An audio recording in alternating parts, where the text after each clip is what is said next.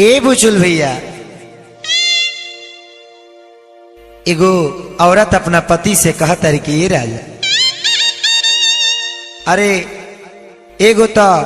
बधार के खटनी से दे हरानी में रहता, एगो तोहरो खटनी करे के परी का हो, तनी मान ना जा।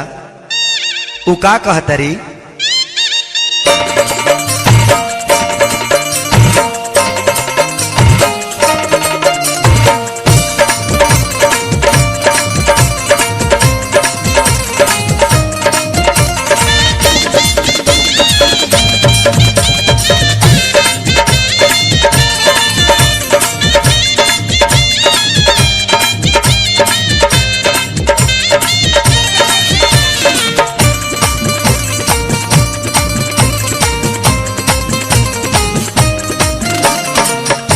कहला बिछावना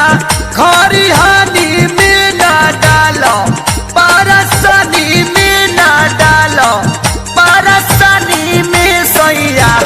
राजा हो कैसे होई गेहूं के कटनिया खटनिया जब से जे पकड़ब राजा हो कैसे होई गेहूं के कटनिया खटनिया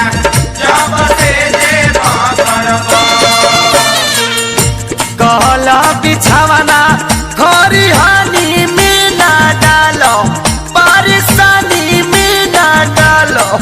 परसनी में सैया राजा हो कैसे होई गेहूं के कटनिया खटनिया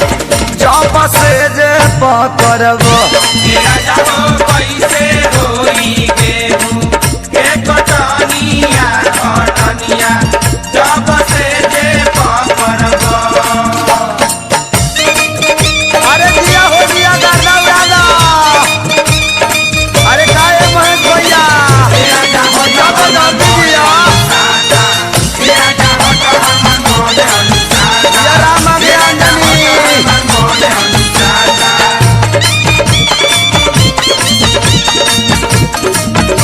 अरे चढ़ा रहा है भाई साहेब कौन बाबा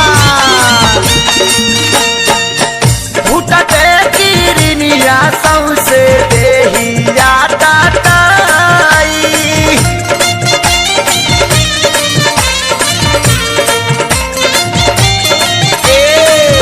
कम जाहू आई कैसे बोझावा बान्हाई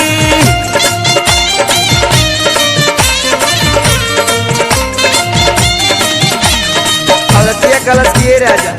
सबे मेहनत करके पसेना होता तारा लेगा तानू नहीं के भेवा। अरे कैसन बड़ा फूटते किरनिया सौसे देहिया टाटाई कम जागू आई कैसे बोझावा बान्हाई डबल हो जा ताहरनिया सुधारी लरहोनिया सुधारी